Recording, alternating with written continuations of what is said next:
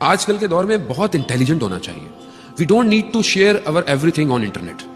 आप अपनी हर चीज को शेयर ना करें, जरूरत है तो करें, जरूरत नहीं है तो ना बताएं हर किसी को कि आप कहां हैं, आप क्या कर रहे हैं, आप क्या खा रहे हैं। क्यों? क्योंकि आपको नहीं पता आपकी इस इंफॉर्मेशन से कोई क्या फायदा उठा रहा है।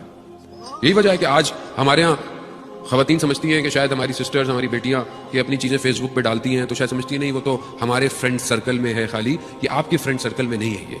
ये डाटा, ये प्लेटफॉर्म आपका नहीं है, ये किसी और का है। तो वो जो आप डालेंगे वो उसको वहां से निकालता है, वो उसको भेजता है। There is no privacy, there is no wall. पहले घर की दीवारें थी, घर की चार दीवारी थी, आज घरों की चार दीवारियां गिरकर सब फेसबुक की वॉल पे आ गया है, सब उसी के ऊपर है। इंफॉर्मेशन का दौर है, you have to be very smart. अगर if you are doing anything on internet, आप दो चीजों से खाली नहीं है। There are only two options who is using internet. One, या तो आप विक्टिम हैं या आप सोल्जर हैं, थर्ड कंडीशन कोई नहीं।